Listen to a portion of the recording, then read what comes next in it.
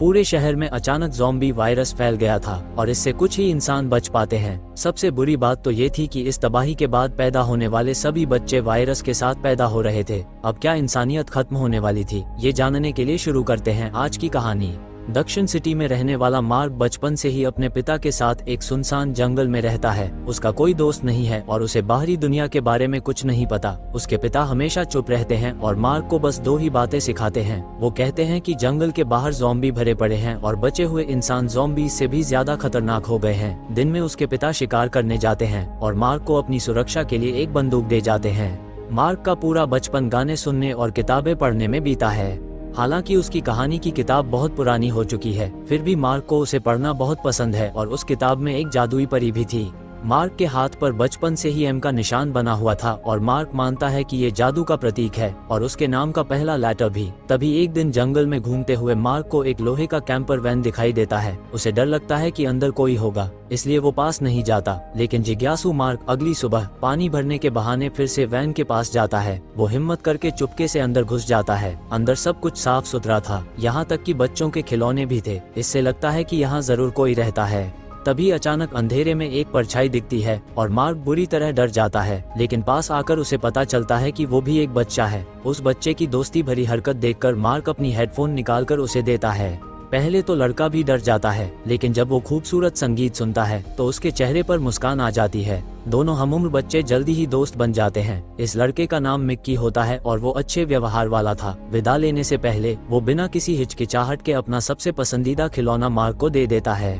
हालांकि वापस जाते समय मार्क को अचानक लगता है कि कोई उसे घूर रहा है। वो जंगल में छिपना चाहता है, लेकिन तभी बंदूक लिए एक औरत उसे रोक देती है। लेकिन जब वो मार्क के हाथ में खिलौना देखती है तो उसका रवैया तुरंत बदल जाता है। वो प्यार से मार्क को जल्दी घर जाने के लिए कहती है और यहाँ तक कि उसे कुछ जंगली फल भी देती है। मार्क समझ जाता है कि ये औरत मिक्की की माँ है। माँ बेटे को गले लगते देखकर मार्क को थोड़ी जलन होती है। घर वापस आकर वो खिलौना छुपा देता है, लेकिन वो पानी भरना भूल गया था, जिसके लिए उसके पिता उसे डांटते हैं। तभी वो आगे बढ़कर अपने पिता को गले लगा लेता है, लेकिन अगले ही पल उसके पिता उसे दूर कर देते हैं।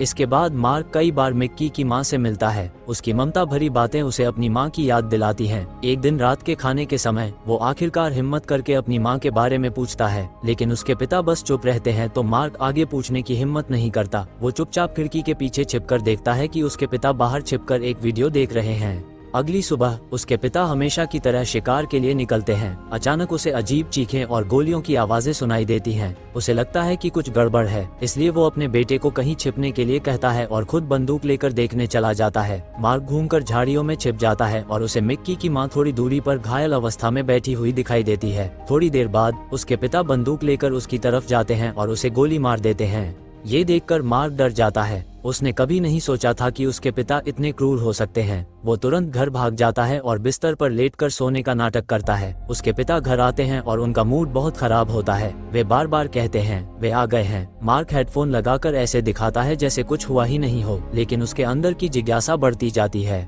जब उसके पिता सो जाते हैं तो वो चुपके से उनका वीडियो कैमरा उठा लेता है। उसमें उनके परिवार की खुशहाल यादें थी। उस समय मार्क पैदा नहीं हुआ था, लेकिन उसकी एक बड़ी बहन भी थी। अगले वीडियो में उसकी मां डरी हुई और परेशान दिखती है। वो मार्क से कहती है कि मैं तुमसे प्यार करती हूँ, और फिर उसके पिता की गुस्से भरी आवाज सुनाई देती है। इसके बाद वीडियो बंद हो जाता है। मार्क को शक होता है कि उसके पिता ने उसकी माँ को मार डाला। विद्रोह की भावना अब और नहीं दबती। जब उसके पिता गहरी नींद में होते हैं तो वो उन्हें बांध देता है, अपना बैग पैक करता है और चुपचाप घर से निकल जाता है। वो आसानी से अपने दोस्त मिक्की को ढूंढ लेता है और उसे जंगल से भागने के लिए कहता है, लेकिन मिक्की अपनी माँ का इंतजार करना चाहता है। मार्क को अपने दोस्त के लिए बुरा लगता है, इसलिए वो उसे सच बता देता है। मासूम मिक्की गुस्सा नहीं होता, बल्कि उसे गले लगा लेता है, जिससे मार्क को पहली बार किसी के गले लगने का एहसास होता है। अब दोनों बच्चे आगे बढ़ने लगते हैं। तभी अचानक मार्क रुक जाता है। वो बचपन से अपने पिता के साथ रहा है, इसलिए उसे खतरे का अंदाजा हो जाता है। वो मिक्की को झाड़ियों में छिपा देता है और वे अचानक सामने आए ज़ॉम्बी से बच जाते हैं। दोनों लड़के भागते रहते हैं और रास्ते में उन्हें एक टूटी हुई कार दिखाई देती है। वे बिना किसी हिचकिचाहट के अंदर घुस जाते हैं। हालांकि थोड़ी देर बाद ज़ॉम्बी का एक बड़ा झुंड उन्हें घेर लेता है। ऐसा लगता है कि अगले ही पल वे कार को पलट देंगे। जब दोनों बच्चे डर रहे होते हैं तो बाहर अचानक गोलियों की आवाजें सुनाई देती हैं। एक एक करके ज़ॉम्बी गिरते जाते हैं। कार का दरवाजा खुलता है और मार्क के पिता दिखाई देते हैं। दरअसल सुबह उठने पर उन्होंने देखा कि उनका बेटा गायब है। उन्होंने तुरंत अपनी हथकड़ी तोड़ दी और अपने शिकार के अनुभव के आधार पर जल्दी ही मार्क के भागने के निशान ढूंढ लिए। शुक्र है कि वे जल्दी पहुंच गए और खतरे के समय अपने बेटे को बचा लिया। पिताजी मार्क को गोद में उठा लेते हैं और ये देखकर राहत की सांस लेते हैं कि उसे कोई चोट नहीं आई है। तभी दूर से फिर ज़ॉम्बी की चीखें सुनाई देती हैं। उसके पिता बिना देर किए अपने बेटे को खींचकर तेजी से वहां से निकल जाते हैं। मार्क मिक्की को भी अपने साथ ले जाना चाहता है, लेकिन पिता उसकी बात को अनसुना कर देता है। इसलिए वो अपने पिता से हाथ छुड़ा लेता है और पहली बार जोर से चिल्लाता है। पिताजी अविश्वसनीय रूप से अपने बेटे को देखते हैं। वे कुछ समझाना चाहते थे, लेकिन ज़ॉम्बी पास आ रहे थे, इसलिए वे अपने बेटे को एक पेड़ की जड़ के पीछे छिपा देते हैं और फिर बंदूक लेकर ज़ॉम्बी से लड़ने चले जाते हैं। मार्क हिम्मत करके खड़ा होता है और दूर से देखता है कि उसके पिता बहादुरी से ज़ॉम्बीज़ को मार रहे हैं और धीरे धीरे मिक्की की कार की तरफ बढ़ रहे हैं। मार्क को उम्मीद जगती है कि शायद उसके पिता उतने बुरे नहीं हैं जितना उसने सोचा था। हालांकि अगले ही पल एक ज़ॉम्बी लड़खड़ाता हुआ पास आ जाता है। वो बहुत करीब है और उसके पास भागने का समय नहीं है। वो कांपते हुए अपनी छोटी बंदूक उठाता है।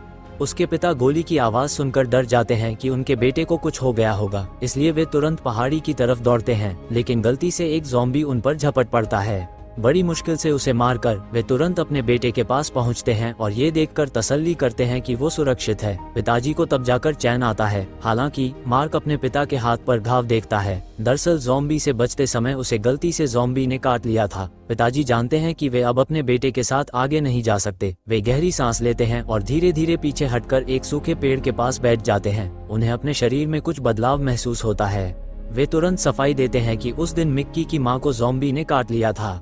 उन्हें डर था कि वो ज़ॉम्बी बन जाएगी, इसलिए उन्होंने उसे गोली मार दी। मार्क अपनी माँ की तस्वीर निकालता है और पूछता है कि क्या उसकी माँ भी ऐसे ही मरी थी। पिताजी सिर हिलाते हैं और कहते हैं कि मार्क की माँ तो एक परी थी, जिसे काटने पर भी कुछ नहीं होता था। ज़ॉम्बी फैलने के कुछ समय बाद उसे कुछ सैनिक ले गए थे। मार्क को एहसास होता है कि उसने अपने पिता को गलत समझा। उन्होंने बस अपना सारा प्यार अपने दिल में छुपा रखा था, लेकिन अब पछताने का कोई फायदा नहीं था। उसके पिता के शरीर में वायरस फैलने लगता है और वो अपनी आखिरी होश में अपने बेटे को भाग जाने के लिए कहते हैं। अगले ही पल उनकी आंखें धुंधली हो जाती हैं। जब मार्क को कार में अपना दोस्त मिक्की मिल जाता है, तभी पहाड़ी से एक भारी गोली की आवाज आती है। वो जानता है कि अब उसके पिता नहीं रहे। हालांकि मार्क का दिल पहले से कहीं ज्यादा मजबूत हो गया था और उसे अपनी माँ को ढूंढना था। 10 साल से कम उम्र के दो लड़के इस तरह सुनसान जंगल में घूमते रहते हैं। रास्ते में खेलते कूदते वे कब इंसानी बस्ती के किनारे पहुंच चुके हैं उन्हें पता ही नहीं चलता। एक दिन वे रेलवे ट्रैक के किनारे एक अंकल को धूप में आराम करते हुए देखते हैं।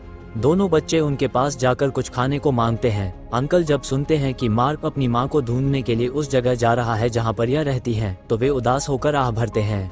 वे दोनों बच्चों की मदद करना चाहते हैं, लेकिन वे जा नहीं सकते क्योंकि उनके सारे बच्चे ज़ॉम्बी बन चुके हैं। अंकल उन्हें मारना नहीं चाहते, इसलिए उन्होंने उन्हें पिंजरे में बंद कर रखा है। स्वस्थ मार्क और मिक्की को देखकर उनकी आंखों में चमक आ जाती है। इन सालों में जितने भी बच्चों के साथ बुरा हुआ, वे सभी वायरस से संक्रमित थे। शायद मार्क और मिक्की को वायरस का इलाज मिल जाए। अंकल से विदा लेने के बाद मार्क और मिक्की रेलवे ट्रैक के साथ आगे बढ़ते हैं। जल्दी ही उन्हें एक टूटी हुई ट्रेन दिखाई देती है। पहली बार इतना बड़ा वाहन देखकर दोनों बच्चे बहुत उत्साहित होते हैं। इंजन से खेलने के बाद वे पीछे के डिब्बों की तरफ जाते हैं, लेकिन उन्हें वहां बहुत सारे ज़ॉम्बी दिखाई देते हैं। दोनों डरकर भागते हैं, लेकिन सामने से 2 बंदूकधारी आदमी आ जाते हैं। थोड़ी देर बाद उन्हें एक वीरान फैक्ट्री में ले जाया जाता है। चश्मे वाला बॉस 2 स्वस्थ बच्चों को देखकर हैरान हो जाता है। मिक्की का चेहरा थोड़ा बेवकूफों जैसा है, लेकिन उसकी आंखें बहुत साफ हैं। उसे लगता है कि यह बच्चा स्वर्ग से आया हुआ फरिश्ता है। वो मिक्की को सबके लिए एक आध्यात्मिक प्रतीक के तौर पर रखना चाहता है और मार्क को मारने का आदेश देता है, क्योंकि आध्यात्मिक प्रतीक एक ही काफी है। हालांकि एक गुंडा मार्क की मां की तस्वीर देखकर थोड़ा पिघल जाता है। इधर बॉस वॉकी टॉकी पर बाकी लोगों को अपने साथ जुड़ने के लिए कह रहा था, क्योंकि उसे एक स्वस्थ बच्चा मिला है। तभी वो दयालु गुंडा मौका पाकर चुपके से मार्क को छोड़ देता है, क्योंकि उसे लगता है कि एक और बच्चा जिंदा रहेगा तो दुनिया में थोड़ी और उम्मीद रहेगी। मार्क बहुत वफादार है, इसलिए वो अकेला नहीं भागता, बल्कि सभी लुटेरों के सो जाने का इंतजार करता है और चुपके से मिक्की के कमरे में घुस जाता है। अंधेरे में टटोलते हुए वे दोनों चोरों के ठिकाने से भाग जाते हैं। अगली सुबह चश्मे वाला बॉस देखता है कि आध्यात्मिक प्रतीक गायब है, तो वो बिना किसी हिचकिचाहट के अपने आदमी को गोली मार देता है। इधर मार्क एक इमारत में सामान ढूंढ रहा था। वो पहली बार अपने लिए साफ कपड़े पहनता है और बाहर मिक्की से मिलने जाने ही वाला होता है कि उसे पता चलता है कि बॉस उसका पीछा कर रहा है। उसके आदमी मिक्की को घेर लेते हैं और गायब हुए मार्क को पकड़ने की तैयारी करते हैं। हालांकि तभी एक ड्रोन अचानक प्रकट होता है और फिर गोलियों की बौछार होती है, जिससे बॉस और उसके सभी गुर्गे जल्दी ही ढेर हो जाते हैं। मार्क जल्दी से नीचे दौड़ता है और देखता है कि कुछ सैनिक एक सुरक्षित जगह से बाहर आ रहे हैं। वो सामने आने ही वाला होता है कि मिक्की उसे सिर हिलाकर मना कर देता है। तभी एक सैनिक मार्क के छिपने की जगह की तरफ जाता है। एन मौके पर मिक्की जमीन से बंदूक उठाता है और जानबूझकर सैनिक का ध्यान अपनी तरफ खींचता है, जिससे वो अपनी कुर्बानी देकर अपने दोस्त को बचा लेता है और उसकी मौत से सैनिक खोज बंद कर देते हैं। मार्क बेबस होकर जमीन पर बैठ जाता है। अपने पिता के बाद उसने अपना एकमात्र दोस्त भी खो दिया था। मार्क को अपने पिता की चेतावनी याद आती है कि बचे हुए इंसान ज़ॉम्बी से भी ज्यादा खतरनाक होते हैं। दुनिया में कोई परी लोक नहीं है और ना ही कोई दयालु और शक्तिशाली परी है। जिससे लड़का गुस्से में अपनी सपनों की किताब फाड़ देता है। अब उसे आगे बढ़ने की एकमात्र वजह अपनी सालों पहले बिछड़ी माँ को ढूंढना है। इसके बाद मार्क एक वीरान शहर में आता है। ऊंची ऊंची इमारतें अब खंडहर बन चुकी हैं और हर तरफ सड़कें सुनसान पड़ी हैं और डरावनी चीखें हर तरफ गूंज रही थी। मार्क ने अपने डर पर काबू पा लिया है और वो बार बार ज़ॉम्बी के झुंड से बच निकलता है। आखिरकार वो उस जगह पहुंचता है जहां उसकी मां की तस्वीर खींची गई थी। लड़का बिना किसी हिचकिचाहट के इमारत में घुस जाता है और एक एक करके कमरों की तलाशी लेता है। आखिरकार उसे एक कांच की खिड़की के सामने एक औरत की पीठ दिखाई देती है। धूप के कारण वो तस्वीर में अपनी माँ जैसी दिखती है। मार्क अपने आप को रोक नहीं पाता और धीरे धीरे आगे बढ़कर औरत का हाथ छूता है और उसे गले लगा लेता है। औरत पीछे नहीं मुड़ती बल्कि मार्क का हाथ पकड़कर उसे बुरी तरह काट लेती है। तब मार्क को पता चलता है कि सामने वाली औरत एक ज़ॉम्बी है। वो डरकर पीछे हटता है और कांच का दरवाजा बंद कर देता है। अगले ही पल लड़का फूट फूट कर रोने लगता है। उसे उम्मीद थी कि वो उसकी माँ होगी। अब उसकी आखिरी उम्मीद भी टूट चुकी है और मार्क को नहीं पता कि अब उसे क्या करना चाहिए।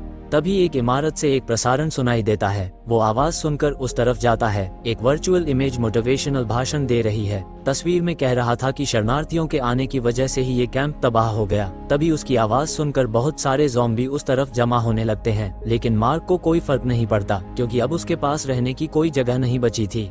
मार्क हेडफोन लगाता है और मन ही मन प्रार्थना करने लगता है। हालांकि उसे पता नहीं चलता कि आसपास बहुत सारी गोलियां चल रही है और पास के ज़ॉम्बी ढेर होते जा रहे हैं। जब मार्क पीछे मुड़ता है तो उसके शरीर पर बहुत सारे लेजर पॉइंट दिखते हैं। दरअसल सरकारी सैनिक यहाँ ज़ॉम्बी को मारने आए थे। तभी एक महिला सैनिक देखती है कि मार्क को काट लिया गया है। वो बस आखिरी बार सामने खड़ी महिला को एक प्यार भरा गले लगाना चाहता है। तभी महिला सैनिक की नजर मार्क के हाथ पर बने एम के निशान पर पड़ती है तो वो तुरंत अपना मास्क हटा देती है और चिल्लाती है कि इस बच्चे के पास निशान है, और फिर वो मार्क को अपने साथ सुरक्षित स्थान पर ले जाती है। फिल्म में निशान के बारे में ज्यादा नहीं बताया गया है, लेकिन इसका मतलब ये था कि निशान वाले लोगों को ज़ॉम्बीज़ के काटने से कुछ नहीं होता है। ये फिल्म शुरू से आखिर तक ज़ॉम्बी पर ज्यादा फोकस नहीं करती। इसमें ज्यादातर छोटे लड़के की भावनाओं और अनुभवों का वर्णन किया गया है। अगर आपको मूवी अच्छी लगी तो लाइक कमेंट जरूर कर देना।